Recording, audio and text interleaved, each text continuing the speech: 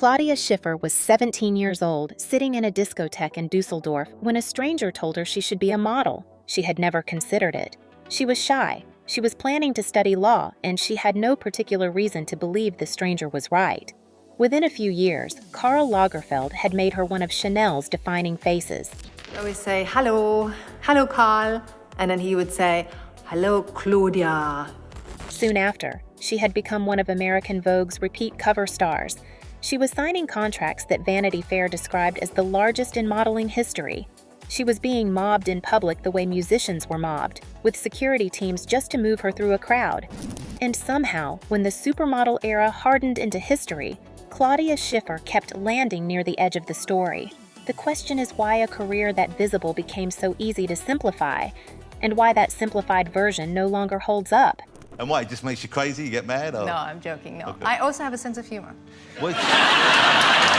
In 2023, Apple TV Plus and Vogue released The Supermodels, centered on Naomi Campbell, Linda Evangelista, Christy Turlington, and Cindy Crawford.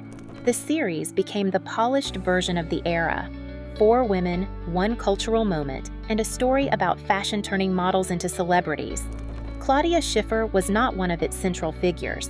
People named her among the major 1990s supermodels left outside that frame. The Guardian, while covering the series, still placed Schiffer with Helena Christensen and Tatiana Paditz among the first generation of models who became famous beyond fashion. That is the strange position she keeps occupying. She belongs to the room, yet often appears near the edge of the photograph. Part of the reason is the shape of her career. Schiffer's legacy is harder to reduce because it does not sit inside one clean public image. It runs through Chanel, Guess, Revlon, L'Oreal, Versace, American Vogue, mass advertising, privacy, and later archival work. Those pieces do not form an easy shorthand, but together they show the shape of a career that kept moving across fashion, beauty, celebrity, and business without losing its center. That range should have made her harder to overlook. Instead, it made her easier to flatten. Schiffer's power was built through accumulation, repeated covers, repeated campaigns, repeated trust from brands that rarely wanted the same thing from the same woman. Chanel needed couture authority. Guess needed an image that could travel fast. Beauty companies needed a face that felt global and safe at close range. Mass advertising needed instant recognition outside the fashion audience. Schiffer moved across those worlds without losing the thread. That kind of career produces less obvious mythology. It has fewer public ruptures, fewer dramatic reinventions, fewer scenes that can be pulled out and replayed. What it leaves instead is a record of control, consistency, and commercial force. And for many years, that record has been treated as quieter than it really was. Claudia Schiffer's career has to be measured in scale before anything else.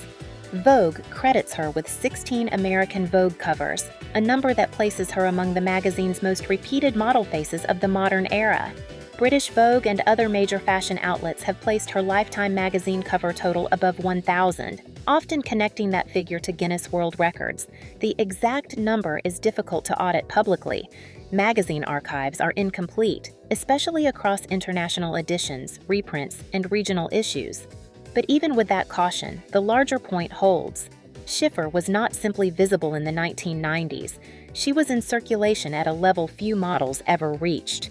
A cover in that era carried a different kind of power. In the late 1980s and 1990s, magazine covers moved through airports, newsstands, salons, bedrooms, agencies, and offices.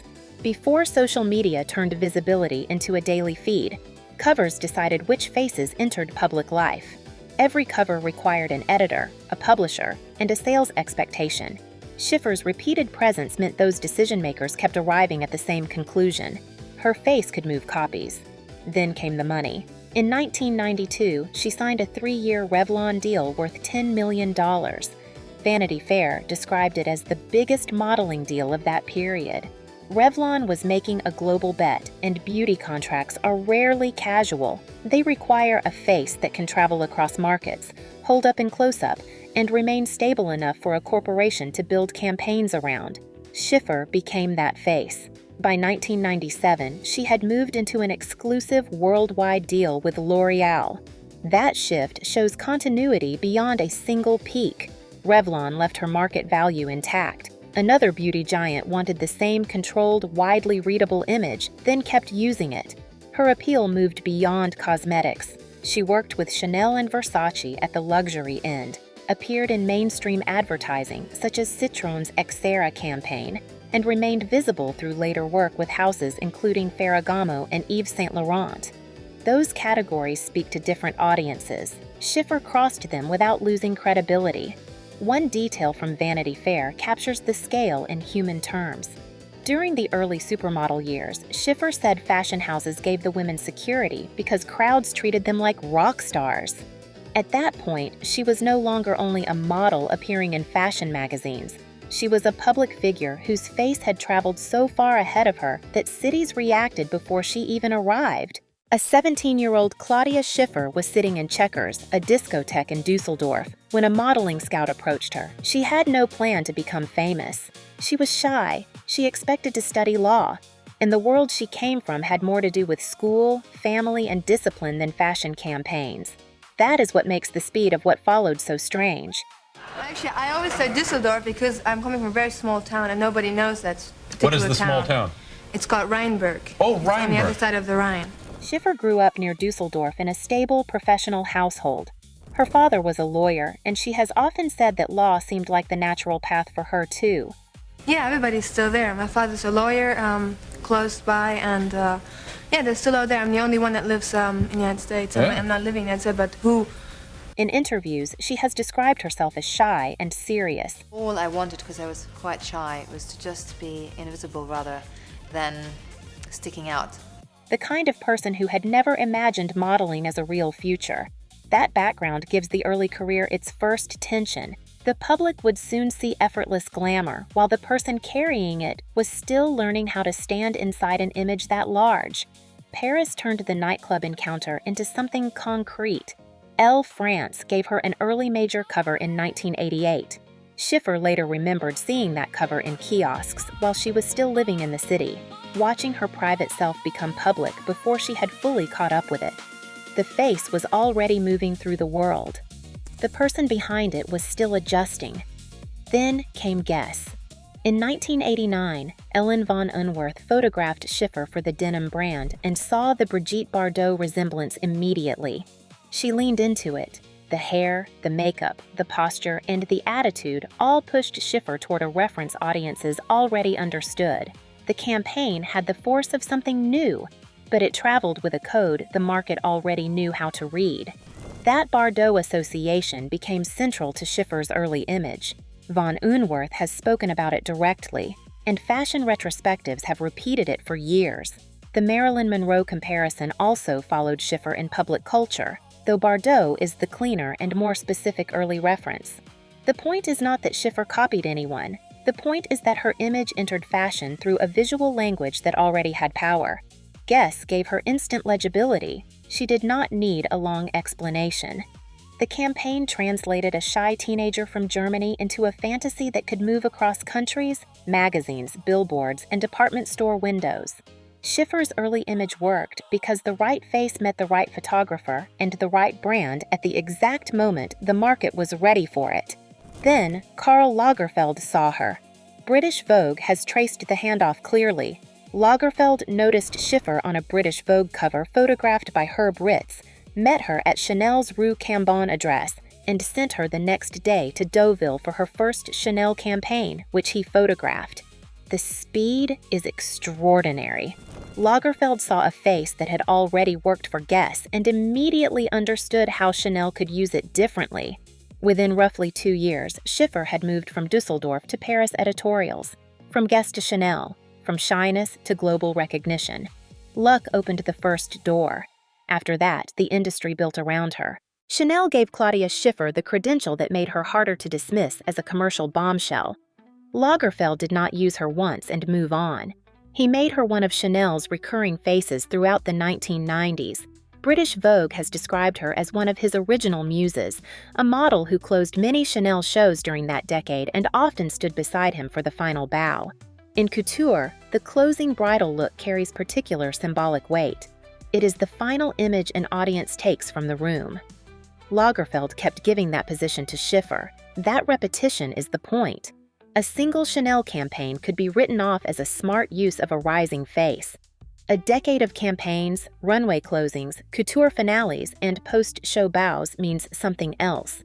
It means the house kept trusting her with its final impression. Her Chanel work did not erase the Guess image. It disciplined it. The same face that had sold denim now had to carry tweed, pearls, couture construction, controlled fantasy, and Lagerfeld's highly coded version of femininity. Schiffer had to be recognizable without letting the popular image overpower the house. She did. That is where her high fashion authority becomes visible.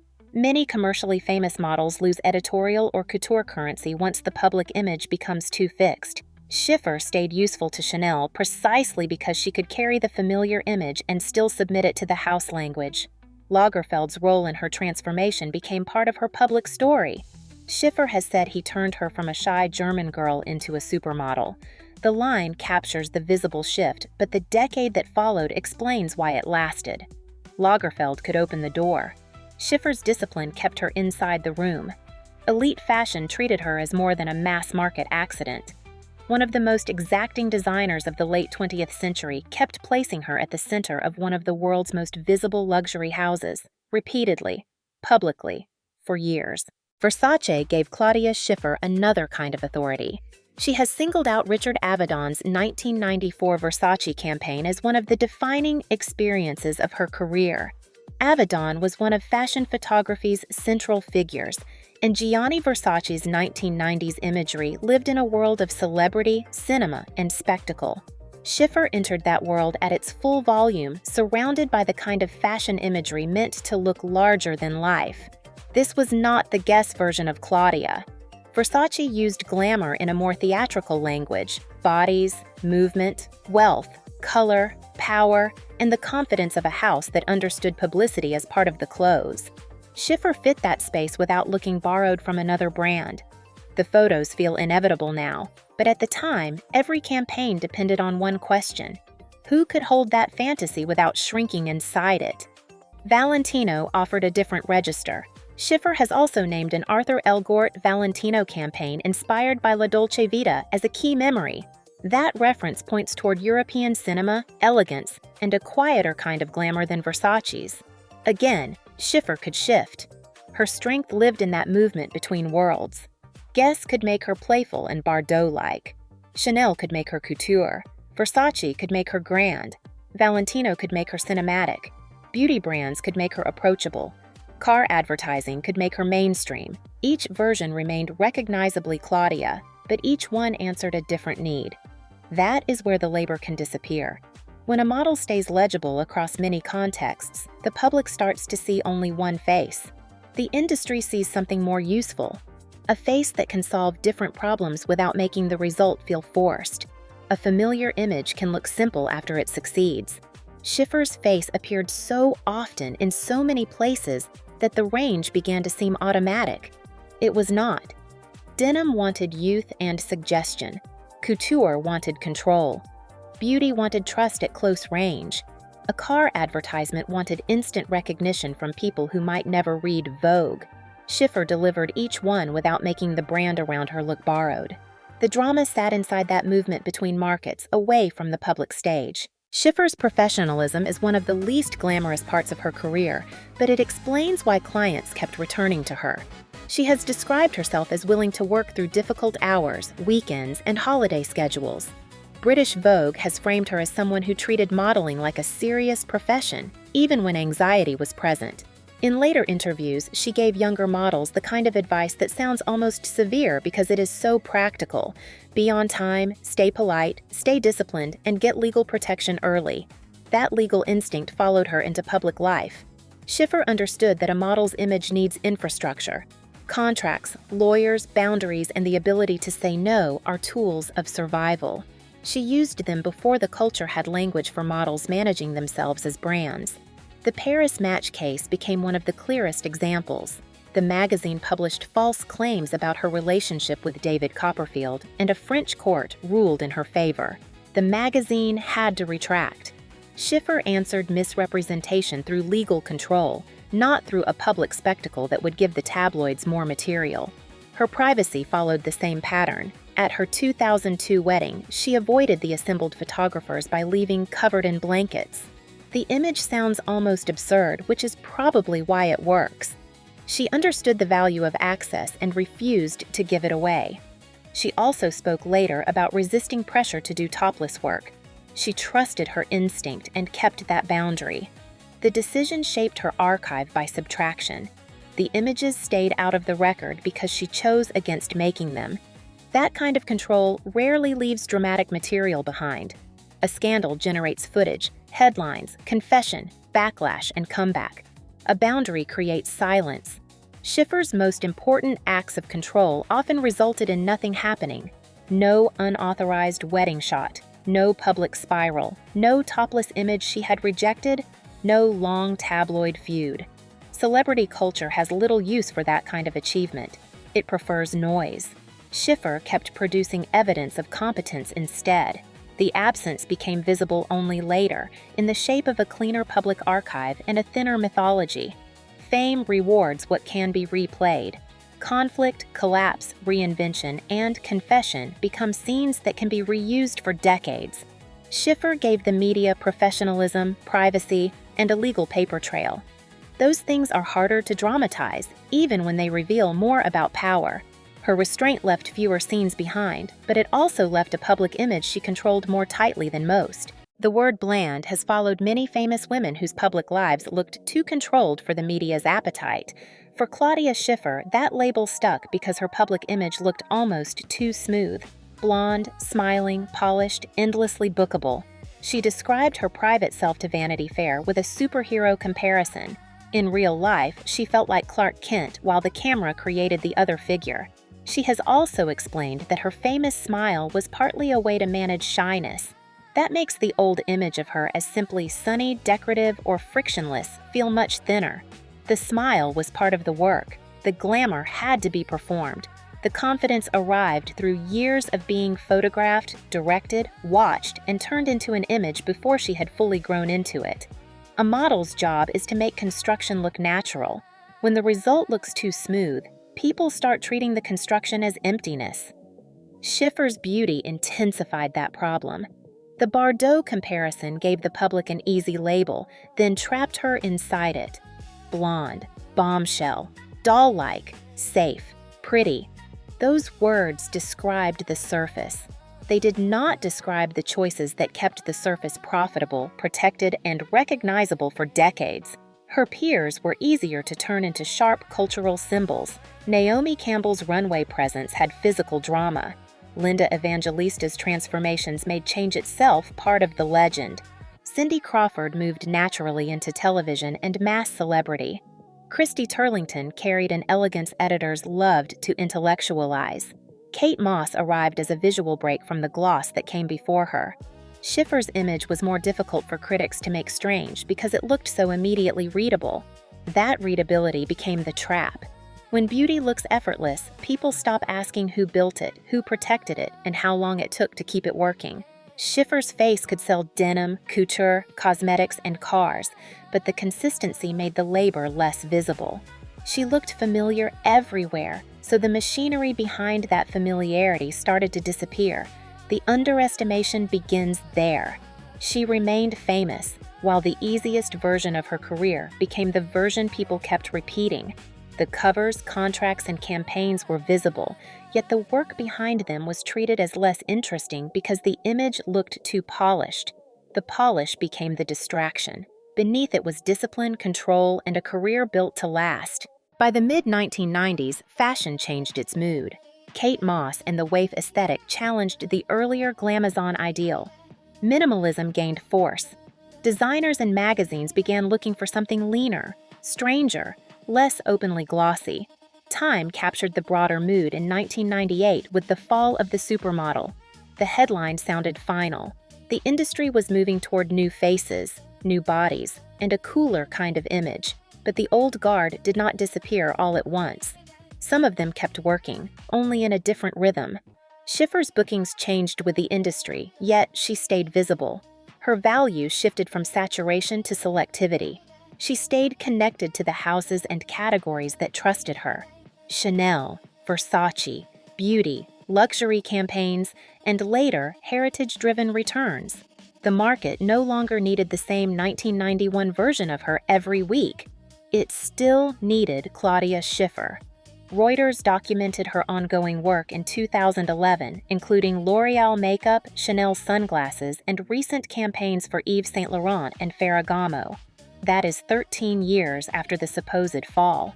In 2023, she returned to the Versace runway in a moment tied directly to the house's 1994 archive and to her long relationship with Donatella Versace.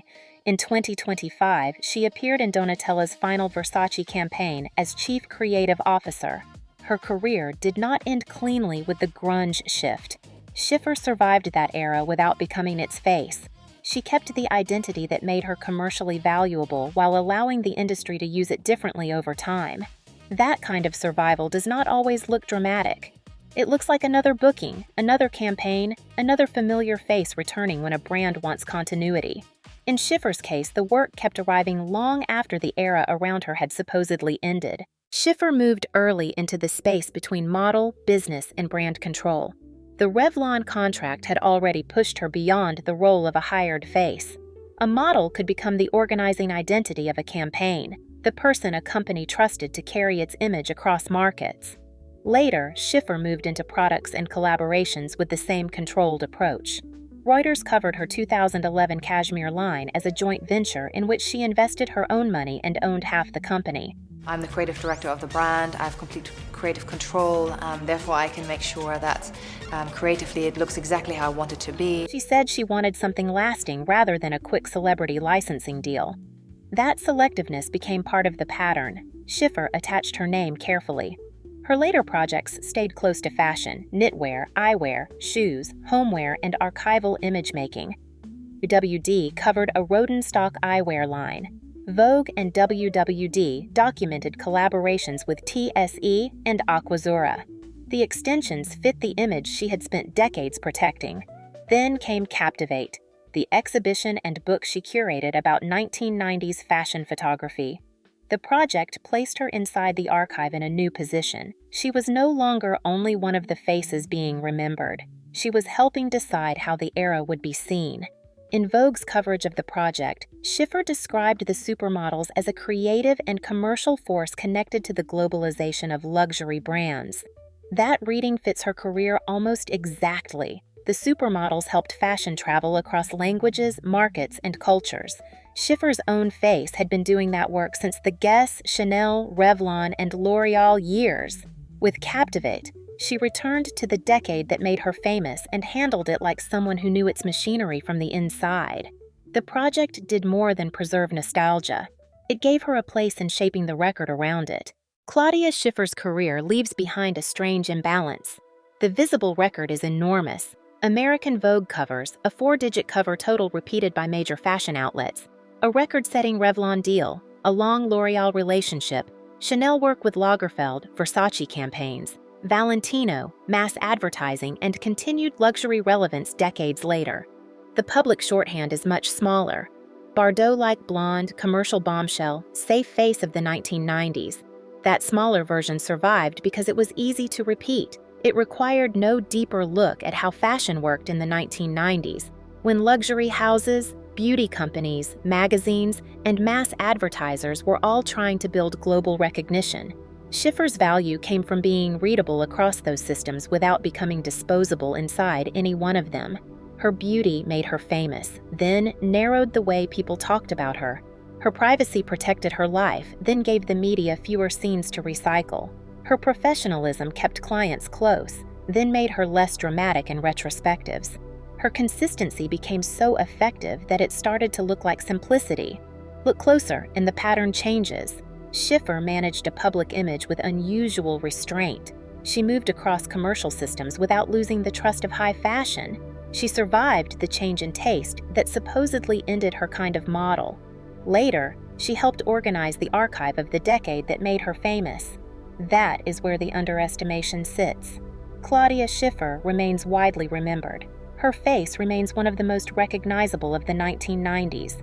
The problem is that recognizability has been treated as an explanation when it should have been the beginning of the question. A face becomes that recognizable through repeated decisions, editors choosing it, designers returning to it, photographers reshaping it, advertisers investing in it, lawyers protecting it, and the model herself learning how to carry it. Schiffer's career came from those decisions accumulating over decades. Fashion history simplified her. The record shows something larger, a career everywhere at once, yet still read too narrowly because its power looked polished, controlled, and commercially useful. That is the real tension. Not absence, not erasure. A woman remembered by nearly everyone and still not fully read. The easiest Claudia Schiffer story begins with beauty and ends with nostalgia. A better one begins with the shy teenager in Düsseldorf and follows the systems that turned her into one of the most commercially trusted images of the 20th century. Across decades, Schiffer kept a firm boundary between the public image and the private person. She worked, protected herself, avoided needless spectacle, and let the archive build. That may be why the fuller version of her career has taken longer to surface. Claudia Schiffer's legacy has a different structure from the mythology around her peers.